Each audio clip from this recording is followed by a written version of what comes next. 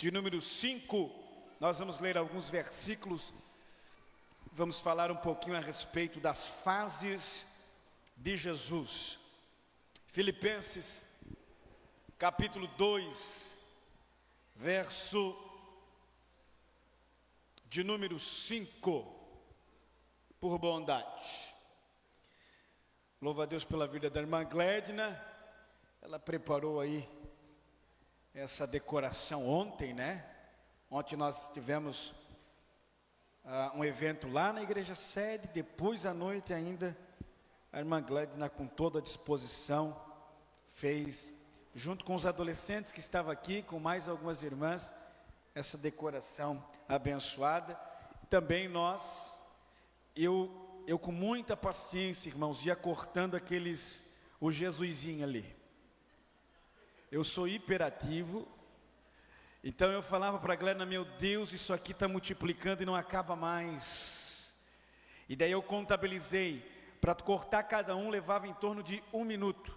Tu tinha que cortar 450 negocinho daquele ali. É muito tempo para minha paciência, mas eu aguentei firme ali, né? Ajudei bastante, né?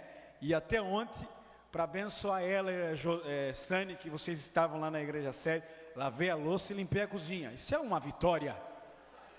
Isso é uma vitória, isso é uma grande vitória, né? Então que Deus abençoe minha esposa, a sua vida. De sorte que haja em vós o mesmo sentimento que houve também em Cristo Jesus, que sendo em forma de Deus, não teve por usurpação ser igual a Deus, mas aniquilou-se a si mesmo, tomando a forma de servo, fazendo-se semelhante aos homens, e achado na forma de homem, humilhou-se a si mesmo, sendo obediente até a morte, e morte de cruz. Pelo que também Deus o exaltou soberanamente, e lhe deu um nome que é sobre todo nome, para que ao nome de Jesus se dobre todo o joelho, dos que estão nos céus e na terra e debaixo da terra, e toda língua confesse que Jesus Cristo é o Senhor, para a glória de Deus Pai. Sente por bondade, meus irmãos, cansa só a minha aguinha ali. Tem que... Deixa aqui para decoração. Ó, ela me serve, isso é um espetáculo. Quantos podem dizer glória a Deus? Meus queridos, o símbolo máximo do cristianismo é a cruz.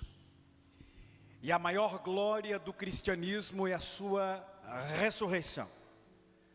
A ressurreição do nosso Senhor Jesus. Paulo, quando escreve a sua primeira carta aos irmãos de Coríntios, no capítulo 15, ele faz um TCC a respeito da ressurreição, dizendo que se Cristo não ressuscitou, é vã a nossa fé, como também a nossa pregação. Então a ressurreição é evidência clara de que na cruz, Jesus venceu e derramou sobre nós a sua graça, nos perdoando os pecados e derramando sobre nós a sua salvação. Mas se nós pegarmos pelos escritos da palavra de Deus, as fases de Jesus são remontadas entre a promessa, nascimento e ministério, entre a sua crucificação e entre a sua glorificação. O Antigo Testamento, em todas as suas bases, principalmente no que tange ao modelo da arca, ao modelo do templo, ao modelo do tabernáculo, e todas as mobílias que pertenciam ao templo e ao tabernáculo, apontavam para Jesus. Quando o homem pecou no Éden, no lugar de perfeição, o Senhor o sentenciou a viver longe do local de perfeição, mas também derramou sobre o homem uma promessa, que da semente da mulher ia nascer um que esmagaria a cabeça da serpente. No Éden, após a queda do homem, Deus sentencia uma promessa de salvação, justificação remissão, redenção do homem. Se nós olharmos todo o histórico do Antigo Testamento, nós vamos ter um profeta messiânico chamado Isaías. Quase todos os 66 capítulos descritos no livro de Isaías é profético apontando para Jesus.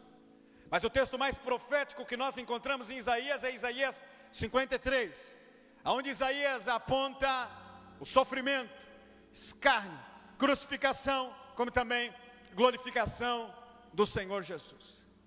O profeta Zacarias aponta o local do seu nascimento, e tu, Belém, uma das menores cidades que existia, mas já propagada pelo profeta, que seria o local aonde Jesus nasceria.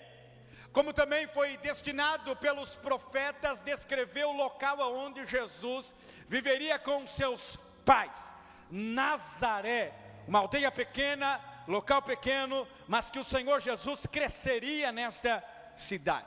Então nós temos as descrições e as promessas que são a base do Antigo Testamento apontando para Jesus.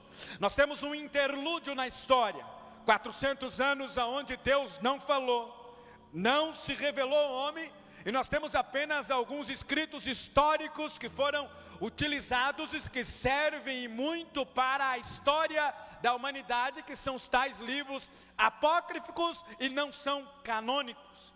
Mas Jesus aparece na história, conforme prometido, conforme sentenciado, e somente Jesus poderia redimir o homem, poderia trazer o homem à comunhão com Deus. Nenhum ser humano tem efeito de trazer o homem a Deus, ou de reatar o relacionamento do homem com Deus, se não fosse Jesus. Jesus é o único que podia resgatar esta aliança, é o único que podia resgatar esta amizade, é o único que podia resgatar esta comunhão. Jesus nasce, conforme descrito, numa manjedoura, num local humilde, é visitado pelos magos, é visitado por esses 3 homens que trazem presentes a Jesus e distribuem esses presentes ao Senhor. É guardado das mãos de Herodes, que desejava matar a Jesus. Herodes é um título, é um significado. E esse Herodes do tempo de Jesus, que logo depois que Jesus nasceu, não muito tempo, veio a óbito, veio a falecer pelas mãos do Senhor. Sendo que Jesus teve que ser pego pela sua mãe Maria, seu pai José, e ir distante da região onde nasceu, para um local chamado Egito, que todos nós sabemos a história. Jesus, depois que Herodes morre, volta-se. Cumpre-se então o que estava escrito no Antigo Testamento e vai para a região de Nazaré. E nós temos alguns registros do período da infância de Jesus. Jesus no templo, Jesus aprendendo a função do pai, a carpintaria.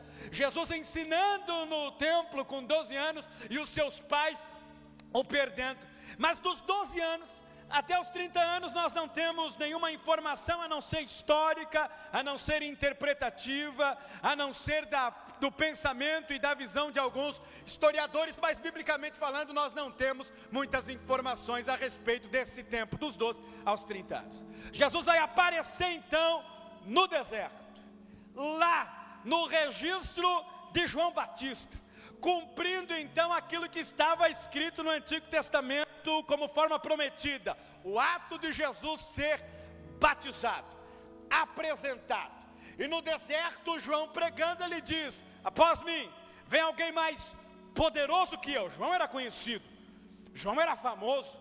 O povo ia até o deserto da Judeia, se eu não estou enganado, para ouvir as duras pregações e as mensagens de João, que traziam o cunho do arrependimento. Jesus aparece, e quando Jesus vai aparecendo, João diz: eis que este que vem após mim é mais poderoso do que eu, não sou digno de desatar as sandálias dos seus pés, e ele tem poder de purificar pecados. É o Cordeiro de Deus que purifica o homem de todo o pecado. João se isenta de batizar Jesus, mas Jesus diz a João: faça, para que se cumpra toda a Escritura, para que se cumpra toda a verdade. João então batiza Jesus, e no batismo lá no Jordão, a Trindade se manifesta. O Cristo sendo batizado, o Espírito Santo em forma corpórea de uma pomba sobrevoando o Jordão, e o batismo de Jesus, e a voz que dizia: este é o meu Filho amado, em quem eu me comprazo, em quem eu me agrado. Jesus sai do Jordão, depois de ser batizado, e vai para o deserto ser tentado depois de 40 dias orando por Satanás. Satanás não consegue vencer Jesus na tentação. E o interessante é que no início da tentação, Satanás tenta colocar dúvida no coração de Jesus a respeito da filiação de Jesus sendo filho de Deus. Se tu és filho de Deus, faça isso, faça aquilo outro. Mas Jesus sabia quem era, Jesus sabia a respeito da sua identidade, e Jesus sabia daquilo que ele tinha ouvido no Jordão. Depois da tentação do deserto, Jesus então inicia o seu ministério público, salvando, curando, transformando, libertando, curando leprosos, curando pessoas de toda sorte de enfermidades, curando pessoas que estavam molestadas, vivendo à parte da sociedade, curando pessoas num tanque, curando pessoas pela rua, indo nas casas curar pessoas, indo nas casas libertar pessoas. Por onde Jesus passava, ele ensinava por palavras, e para os seus discípulos, Jesus ensinava um pouco mais particular, de forma mais íntima, ensinando os seus discípulos a respeito do seu reino, e a respeito daquilo que os discípulos teriam que fazer pós-crucificação e pós-ressurreição. Jesus então está indo para o cumprimento daquilo que está descrito nas páginas do Antigo Testamento. Ele veio para morrer, ele veio para a cruz, ele veio para sofrer, ele veio para esparramar sangue, ele veio para se entregar, ele veio para se doar. E entre os seus discípulos tinha um camarada traidor. Jesus, na festa da Páscoa, celebrando com os seus discípulos de quinta para sexta, participando à mesa com os seus discípulos, diz: um de vocês há de me trair. Judas já tinha traído no seu coração, e já tinha vendido Jesus por 30 moedas de prata. Ele só precisava de uma ocasião não pública para pegar Jesus junto com o sinédrio, que estava preparado com os sacerdotes, a corte e os soldados para prenderem a Jesus. Dito e feito, acabado a Páscoa, celebrando com seus discípulos, Jesus vai para o Getsemane. Getsemane é onde Jesus se angustia, e a angústia de Jesus é tão profunda que o seu suor se torna gotas de sangue diante da pressão psicológica, espiritual e emocional que Jesus está sofrendo. Esse caso de gotas de sangue é um caso muito raro, e o nosso Senhor Jesus passou a angústia do Getsemane antevendo o que ele ia enfrentar. Tanto é que no Getsemane ele diz para o seu pai: Deus, Pai, se possível, passa de mim este cálice, mas não seja feita a minha vontade, mas sim a sua vontade. No Getsemane, quando Jesus vai se reunir com seus discípulos novamente, depois de orar, depois de um tempo com o Senhor, vem os soldados junto com Judas, e olha como Jesus trata Judas, como sempre o tratou: amigo, a que vieste? Jesus tratou o traidor como amigo. Jesus não mudou a sua personalidade, seu caráter, sua forma de ser por causa da traição de Judas. Jesus permaneceu o mesmo, amigo,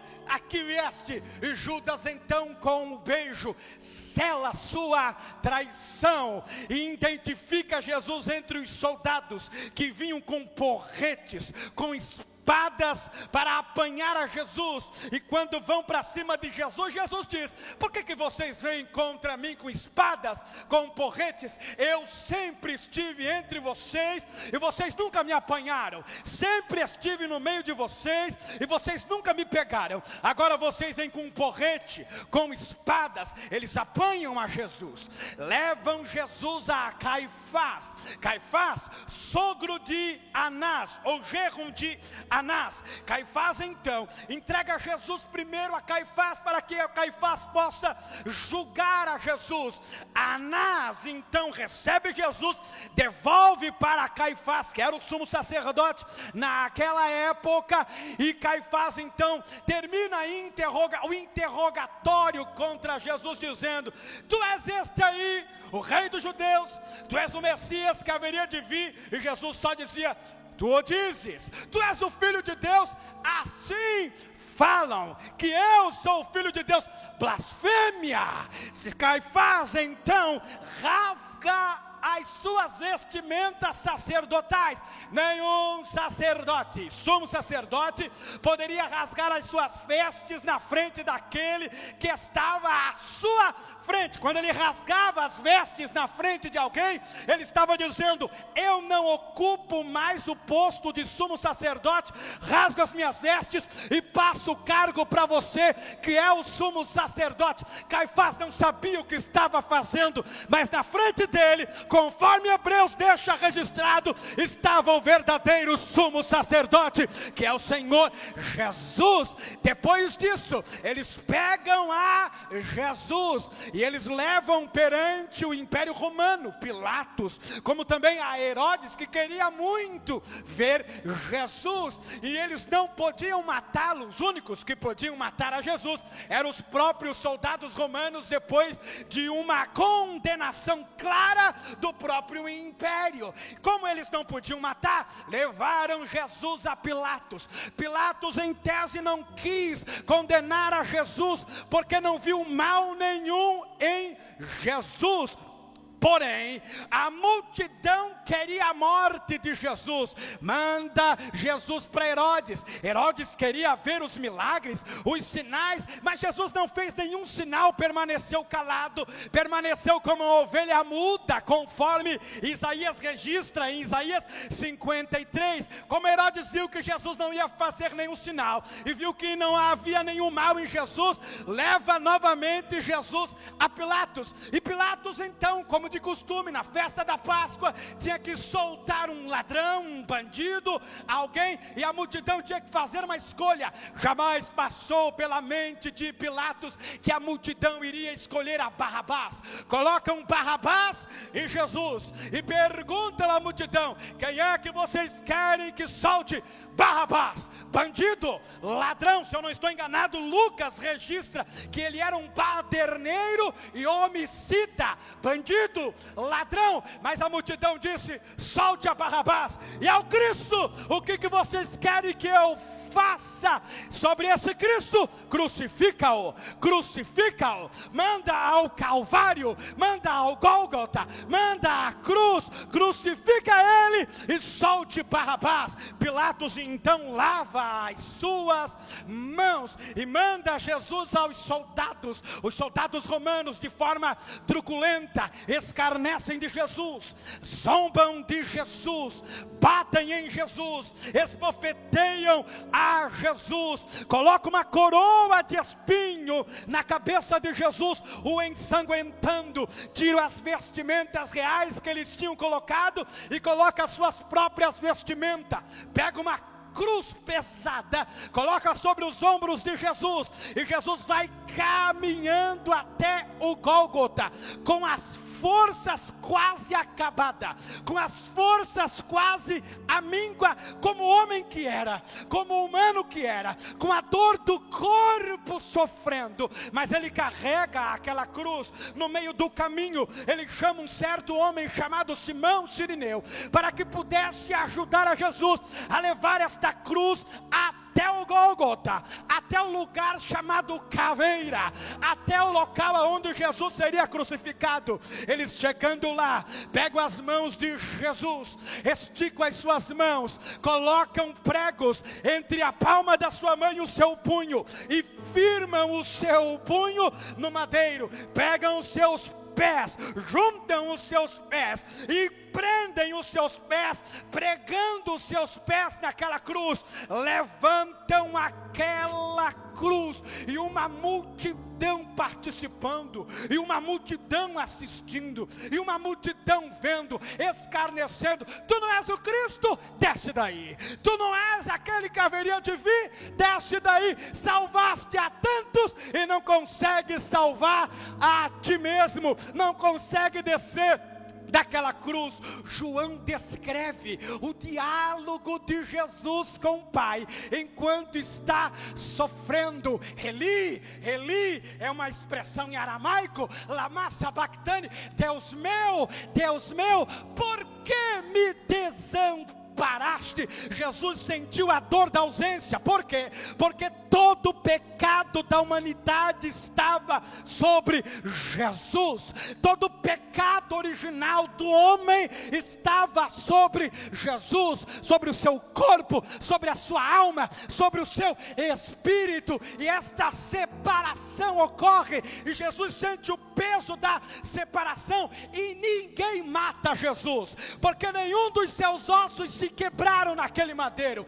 Ele mesmo expirou e disse ao Pai: a ti entrego o meu espírito. E quando ele entrega o seu espírito, terremotos acontecem, pessoas que estavam mortas foram ressuscitadas, milagres aconteceram por toda a região, e muita gente viu aquilo acontecer e disseram: este verdadeiramente era o Filho de Deus. Mas o maior evento ainda estava por vir, anteposto à sua ressurreição. Lá no templo, o milagre que separava o homem de Deus acontece, e o homem não precisa mais entrar apenas no santo ou ficar no pátio para alcançar a Jesus. A Bíblia diz que o véu que separava o homem do lugar santíssimo foi rasgado de alto a baixo, permitindo o homem entrar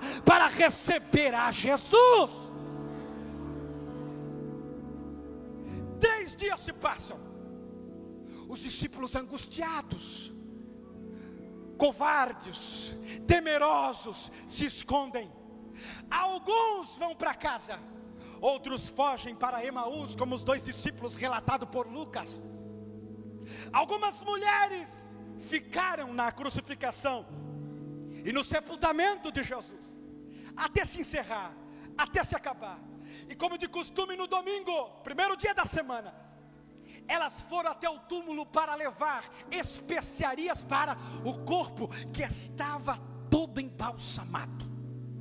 Quando elas chegaram lá, as mulheres foram as primeiras a ver o Cristo ressuscitar. Quando elas chegaram lá, elas viram que a pedra estava removida. Vem cá que eu vou fazer agora uma encenação. Vem cá, Pedro. Vem cá. Vem cá, Jorge. Vem cá. Quando elas chegaram lá, elas perceberam que a pedra estava removida. Roubaram o corpo.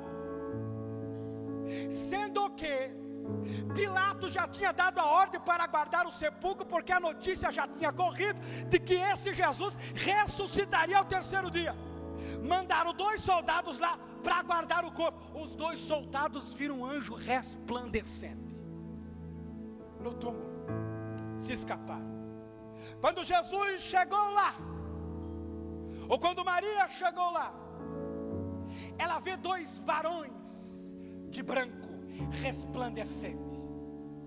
E o varão olhou para Maria e disse assim para ela: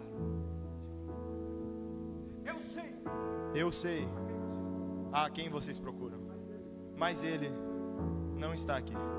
Ele já ressuscitou. Diga aos meus discípulos, diga a todos que eu ressuscitei e que estou indo para a Galiléia, para me encontrar com eles. Maria Madalena, a primeira que viu Jesus, ela pega e ela sai e ela diz: Jesus ressuscitou. A nossa redenção está cumprida. A nossa remissão está cumprida. Jesus está vivo. Ele foi morto, mas reviveu. Ele não está mais naquele túmulo. Aquele túmulo está vazio. Os lenços estão dobrados, anunciando que Ele ressuscitou. Ele está vindo encontrar conosco na Galileia. A nossa vitória está concedida na cruz, na ressurreição de Jesus. Aleluia. Elas foram anunciar: Jesus está vivo. O túmulo foi profetizado, mas a ressurreição também. Ele não está mais lá. É o único que foi para o túmulo e vivo está. Todos os demais que ressuscitaram um dia voltaram para o túmulo, mas o único que está vivo é aquele que nos remiu do pecado e trouxe redenção à nossa alma. Elas anunciam que Jesus veio. Está chegando aí na Galileia. Os 2 discípulos de Emaús, de repente um homem chega do lado dele. Do lado dele. Fique de pé, por bondade. Chegou do lado dele. E eles disseram para aquele homem que estava do lado, quando perguntou para eles o que está acontecendo, indignado, eles disseram: tu não está sabendo? É a maior notícia aí em Jerusalém, nas suas regiões. Jesus morreu e tu não está sabendo? E Jesus então começou a pregar para eles todo o Antigo Testamento, toda a verdade. E o coração deles foi tão alarmado pela presença de Deus, que quando eles chegaram em Emaús e foram entrar em casa, eles disseram: fica mais um pouco, entra aqui em casa, ceia com a gente, come um pão com a gente. A Bíblia diz que Jesus entrou, e quando ele estava partindo o pão, Rodrigo, os 2 discípulos de Emaús descobriram: Jesus está aqui. Jesus desaparece da cena. Eles correm de Emaús e vão até Jerusalém dizer para os discípulos que estão em casa: ei, eu vi o Cristo ressuscitado e ele esteve lá em casa partindo o pão.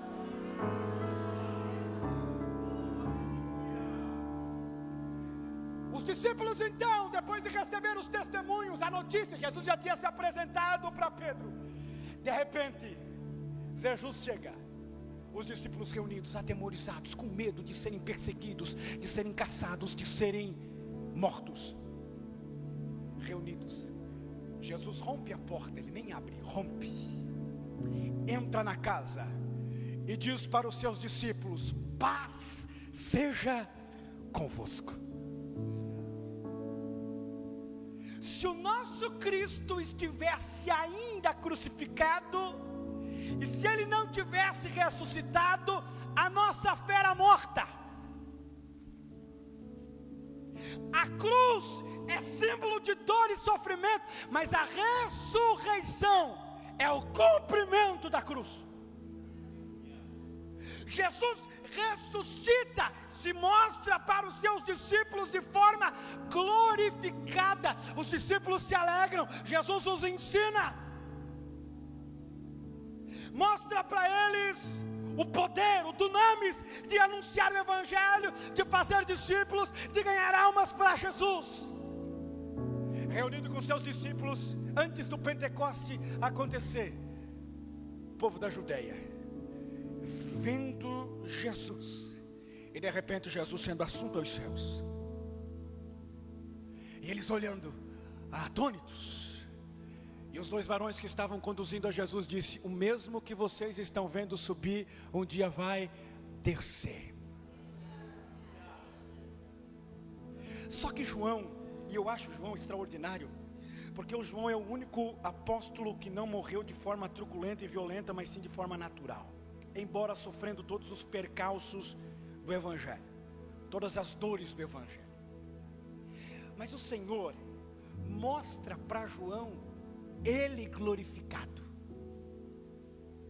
E João foi o discípulo que acompanhou Jesus na cruz, ao lado de sua mãe, que viu Jesus na cruz, que viu Cristo crucificado, ensanguentado, que viu o Cristo sendo zombado, esbofeteado na cruz. Mas daí o Senhor leva ele para uma ilha,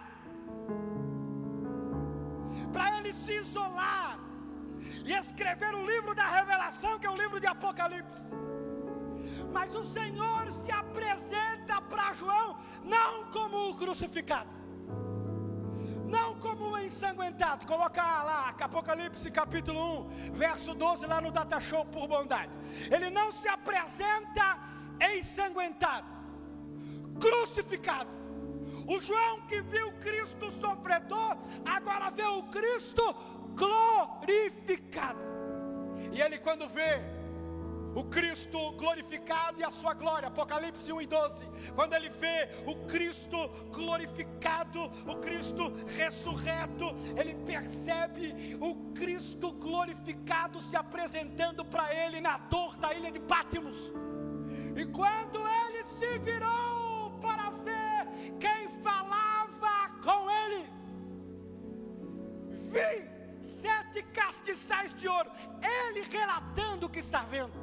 Verso de número 13, e quando ele vira e percebe os 7 castiçais de ouro, no meio dos 7 castiçais, um semelhante ao Filho do Homem, um semelhante, não teve a percepção de entender que era o Cristo que estava na sua frente, porque a ideia de semelhante é comparação. Então a ideia dele, um semelhante ao Filho do Homem. João está relatando aquilo que ele está vendo, vestido até os pés de uma veste comprida e cingido pelo peito com cinto de ouro. Não era mais as vestes sangradas, não era mais as vestes rasgadas, não era mais a coroa que estava sobre a sua cabeça, e a sua cabeça e cabelos eram brancos como a lã branca, como a neve, e os olhos como chama de fogo. O olhar não era mais de sofrimento, o corpo não era mais sofrido, mas era glorificado, e os pés dele não eram mais cravados numa cruz e ensanguentados seus pés, semelhantes, parecido com latão reluzente, como se tivesse sido refinado numa fornalha, e a sua voz como a voz de muitas águas. E ele tinha na sua destra, na sua direita, 7 estrelas, e da sua boca saía uma aguda espada de 2 fios, e o seu rosto era como o sol quando na sua força resplandece. Daí aquele que é semelhante ao Filho do Homem vai se revelar para ele. E ele, quando vê aquele que está na frente dele, quando ele viu, caiu aos seus pés como morto, e ele pôs sobre mim a sua destra, dizendo, Cristo se apresentando, não temas, eu sou o primeiro e o último.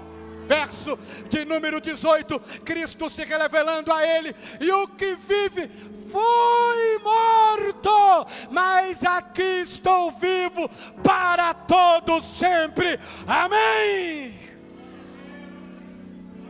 Fique de pé por bondade.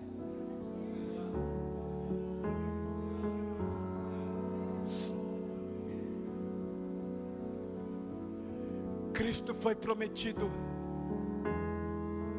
esteve entre nós nesta terra, sofreu todos os percalços da sua humanidade, sendo 100% Deus e 100% homem.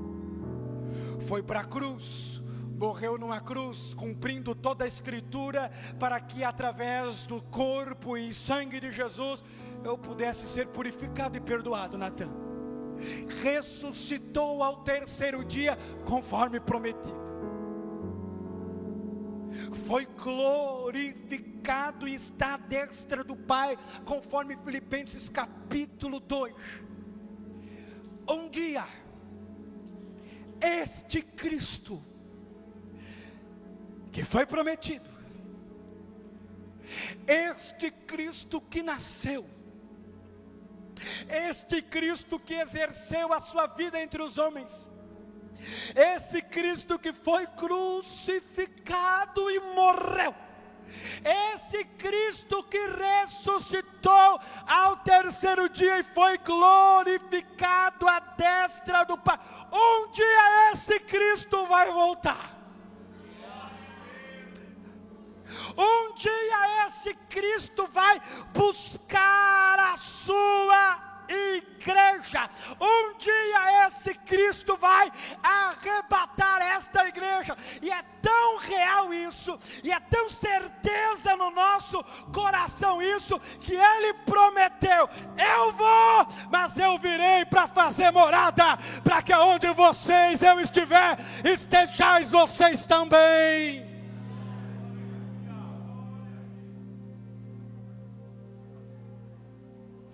A promessa foi cumprida.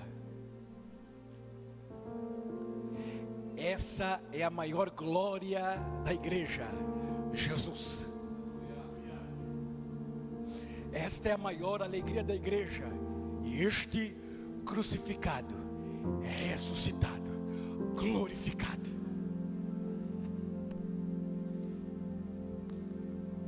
Jesus disse: no mundo tereis aflições, tende bom ânimo, eu venci o mundo.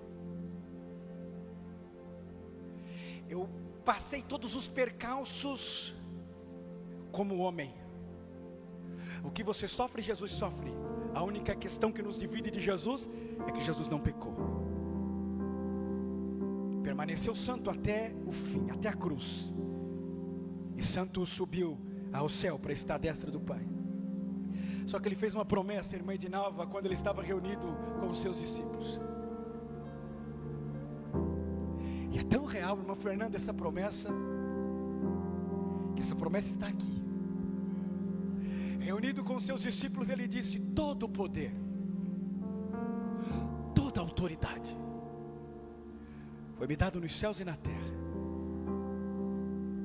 Vão, façam discípulos, batizem, expulsam os demônios, curam os enfermos. Vocês vão sofrer, vão padecer, mas eu deixo com vocês uma promessa: vocês não estarão só, porque eu estou convosco. E isso aqui é presente, nunca será passado e futuro. Presente, isso aqui fala de realidade para agora. Amanhã, presente. Depois de amanhã, presente. Isso aqui é diário. E eu estou convosco todos os dias, até a consumação dos séculos. É tão real que Jesus está aqui nessa noite, que você já está sentindo a presença dEle. A palavra bateu no seu coração. É tão real que você sentiu o perdão de Deus na tua alma. É tão real que quando Ele te tirou do laço de morte, te tirou do lamaçal de pecado, e você sentiu na sua alma a salvação dEle na sua vida, que você tem a certeza, Sani, de que Ele está conosco todos os dias.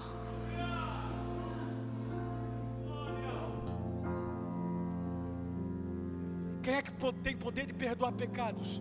Jesus. Quem é que tem poder de dar vida ao homem? Jesus. Quem é que tem poder de fazer com que o homem nasça de novo? Jesus. Quem é que tem poder de curar? Jesus. Quem é que tem poder de nos livrar do laço e da morte? Jesus. Quem é que tem poder de manter comunhão conosco? Jesus.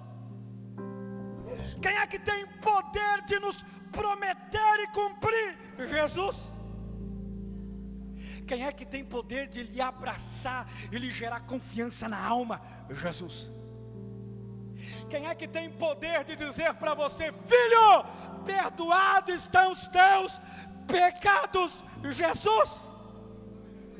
Quem é que tem poder de chegar para você e dizer: conheço a dor, conheço o sofrimento, mas também tenho o poder para te dar o escape? Jesus. Quem é que tem o poder para te levantar do lodo da incredulidade e gerar fé no teu coração? Jesus.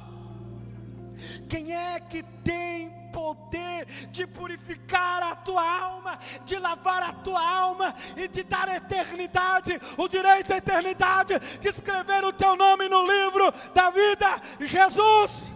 Quem é que tem o poder de dizer para você, quando Ele vir buscar a sua igreja: entra, servo bom e fiel, possuir por herança aquilo que está preparado desde a fundação do mundo? Jesus tem esse poder, Jesus tem esse poder. É por isso que Ele não ficou no túmulo, é por isso que a morte não o venceu, porque Ele venceu a morte.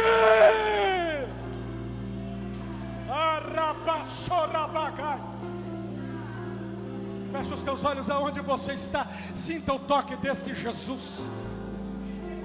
Sinta a graça dele invadindo a tua alma.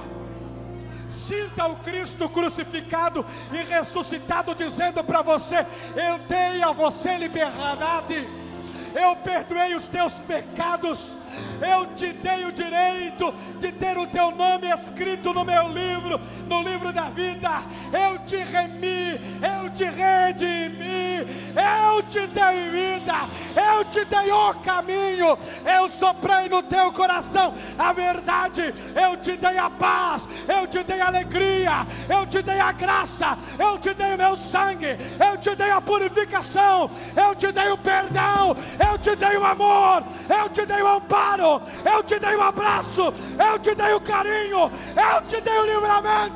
Ele. Porque Ele vive, posso crer no amanhã.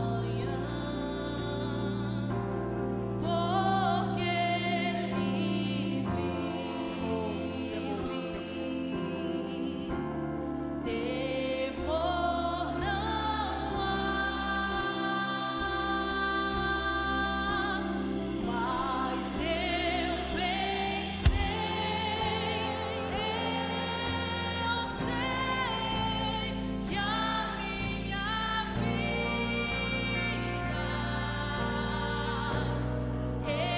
está nas mãos do meu Jesus, que vivo está. Deus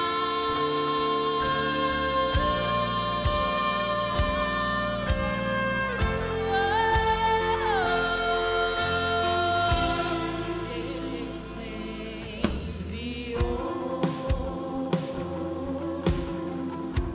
seu Filho amado pra me salvar e perdoar.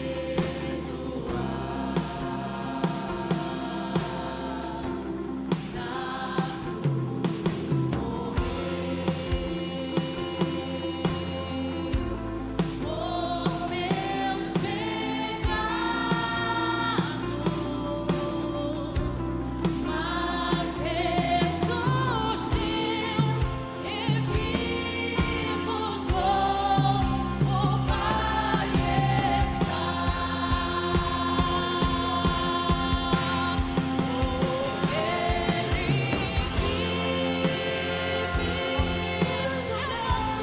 Posso crer no porque Ele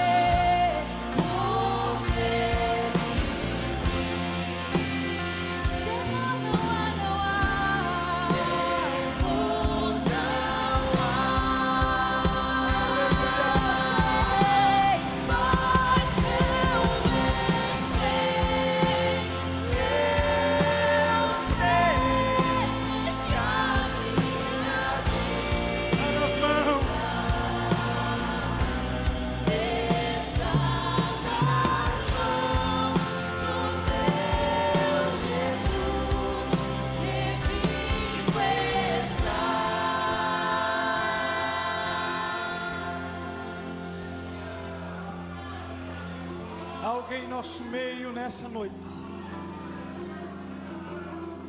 deseja entregar a vida a Jesus, deseja encontrar o perdão para os seus pecados, a redenção para a sua alma, deseja nascer de novo e experimentar uma vida com esse Cristo, o Messias, ou alguém que se afastou como pródigo, virou as costas para a fé, mas a alma está ferida, desejando voltar à casa paterna como pródigo. Se alguém nessa noite que deseja entregar a vida a Jesus, pastor, eu preciso que os meus pecados sejam perdoados e só por Jesus. Eu preciso encontrar um sentido para minha alma e não há outro sentido que não seja Jesus. Eu preciso encontrar um caminho, só existe um. Todos os caminhos não levam a Deus, só um leva a Deus, Jesus. E se você deseja encontrar esse caminho, ter a sua vida transformada, mudada, e viver como um discípulo de Jesus, eu gostaria de conhecer você.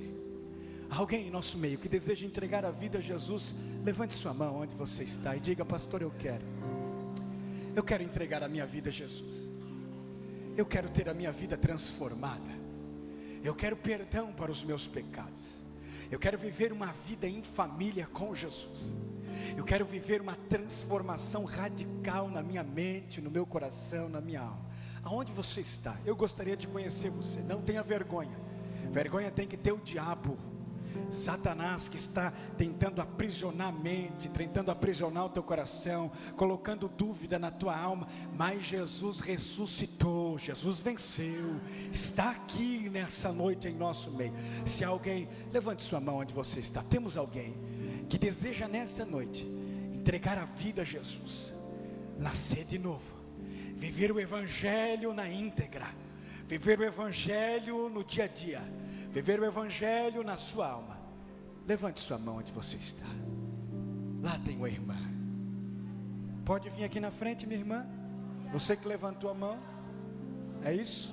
Está entregando a vida a Jesus? Vem aqui na frente. Vem aqui. Vem aqui. Aleluia. Aleluia. Aleluia. Aleluia. Lá vem ela. Isso. Glória a Deus. Glória a Deus. Tem mais alguém que deseja entregar? Pastor, eu preciso entregar. Não tem outra direção e nem outro caminho. Não descubra quando já for tarde. Quando for tarde, não adianta mais encontrar o Cristo ressuscitado, porque já passou. A salvação é sempre para hoje, para agora. Tem mais alguém que deseja entregar a sua vida a Jesus? Pastor, eu quero. Aonde está a segunda pessoa? Temos a segunda pessoa? Tenha coragem, seja ousado. É por Jesus a entrega, é por Jesus o coração, é por Jesus a mudança. Não somos nós, é Jesus que faz. Temos mais alguém? Levante sua mão onde você está. Amém. Vem, minha irmã. Vem, esposo, vem junto, acompanha. Ele se entregou alguns dias atrás. Vem também. Vem também. Amém. Deixa eu te dizer uma verdade. Não é pelo fato de você vir ao templo que tipifica que você nasceu de novo. Tem muita gente há anos vivendo no templo e nunca conheceu o Cristo ressuscitado. Tem muita gente que nunca conheceu o Cristo ressuscitado. Vivemos às vezes uma religiosidade sã, pensando que nascemos de novo e somos meros religiosos. Jesus não quer religiosidade, Jesus quer coração e corpo, mente, alma, espírito. Religiosos já bastavam os fariseus, os saduceus, os essênios. Nós não. Aonde está a terceira pessoa? Que deseja reconciliar com o Senhor, que deseja reatar a amizade, que deseja fazer uma aliança com o Senhor. Temos a terceira pessoa? Temos a terceira pessoa. Eu insisto, porque o diabo insiste pela tua alma, o diabo insiste pela destruição, o diabo insiste pelo mal. Eu insisto, temos a terceira pessoa, que quer entregar a vida a Jesus, fazer uma aliança com Deus. Temos a terceira? Não temos? Então eu vou orar pelos nossos irmãos que estão aqui. A nossa irmã que está entregando a vida a Jesus, que vai viver os propósitos de Deus, que vai viver a graça de Jesus no coração, na alma, e vai servir a Jesus com alegria. Como é que é o nome? Rosinelli. Aqui está a irmã Rosinelli. Aqui está a nossa irmã. O seu esposo já fez uma aliança e hoje ela está fazendo uma aliança com o Senhor. Uma aliança de fidelidade com Deus, de servir ao Senhor. Uma aliança de ser fiel ao Senhor junto ao seu esposo até o fim, perseverando até o fim. Estenda a tua mão para cá, meu irmão. Vamos orar. Vamos orar. Eu não sei como você está, e eu não estou falando aqui de finanças, não estou falando aqui de empresas, não estou falando de negócios, não estou falando de riqueza, estou falando de Jesus. Eu não sei como você está, e Jesus sabe. Eu não sei se no caminho não se perdeu, e estamos aqui vivendo uma capa, como Nicodemos vivia, um excelente religioso, príncipe dos fariseus, mas vivia uma capa, até que ele resolveu se encontrar com Jesus à noite. Ele tem alguma coisa que eu não tenho. O que ele faz não é natural. Nicodemos era crente, viu? Nicodemos ia na sinagoga, abria a lei, lia a lei, entendia de Bíblia melhor do que qualquer um que está aqui. De Antigo Testamento, ninguém sabe mais do que Nicodemos. Jesus está lhe chamando não para ser um religioso, Jesus está lhe chamando para ser salvo.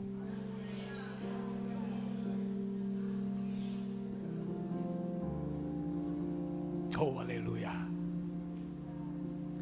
Jesus está lhe chamando a nascer de novo. Mas Nicodemos era crente, era. Seguia os preceitos da lei, cumpria tudo certinho, mas não tinha Jesus. Era só religiosidade, pura religiosidade. Frequentador de sinagoga, conhecedor da lei, mas não conhecia o Cristo da palavra. Até que encontrou. Jesus não está lhe chamando para ser religioso.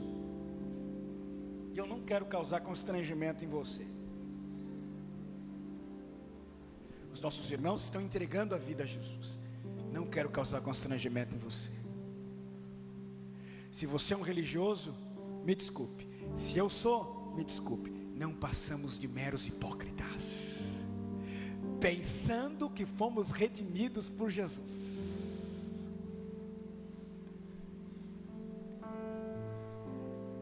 Se Jesus lhe chamasse para ser religioso, ele te chamava de fariseu, saduceu.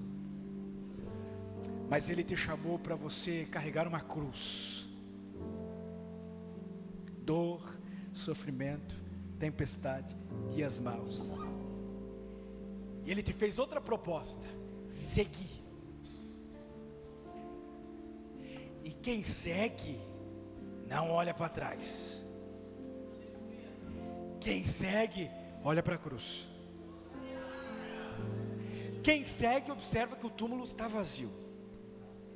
Quem segue, olha para o céu e vê que ele está à destra do Pai. Quem segue, sabe que um dia vai se encontrar com o noivo. Deus te chamou para ser salvo. Feche os teus olhos onde você está. Pai, nós oramos. E queremos te agradecer, Senhor, por estas vidas que aqui estão, pela tua filha.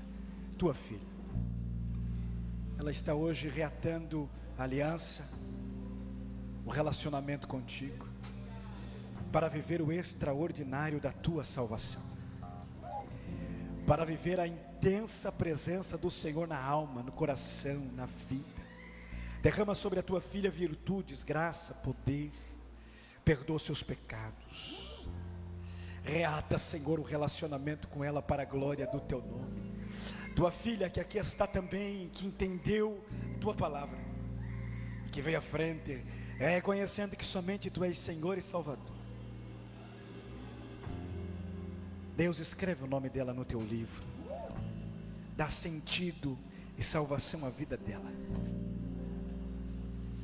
Anda com ela, tenha comunhão com ela. Derrama sobre ela virtude e poder. Derrama sobre ela unção e graça. Derrama sobre ela cura. A partir de hoje, Senhor, não permita mais ela andar sozinha, mas que a partir de hoje ela ande contigo. Que ela possa perceber, olhando em todos os lados, tu estás aqui. Que quando ela chegar na casa dela, ela possa sentir o toque da tua presença, a salvação que tu estás derramando sobre ela nessa noite, para a glória do teu nome. E que nós não sejamos religiosos, mas que nós possamos derramar nosso coração, nossa alma, nascer de novo, viver aquilo que Maria Madalena viveu, que foi tão intenso que levou o evangelho para a sua cidade, de viver aquilo que Zaqueu viveu, que foi tão intenso que, se fosse necessário, quadruplicava aquilo que ele usurpou e tomou. E tu disseste: hoje chegou salvação nesta casa. Que seja tão intenso como aquele carcereiro que, através da vida de Paulo e Silas, recebeu salvação, ele e sua casa.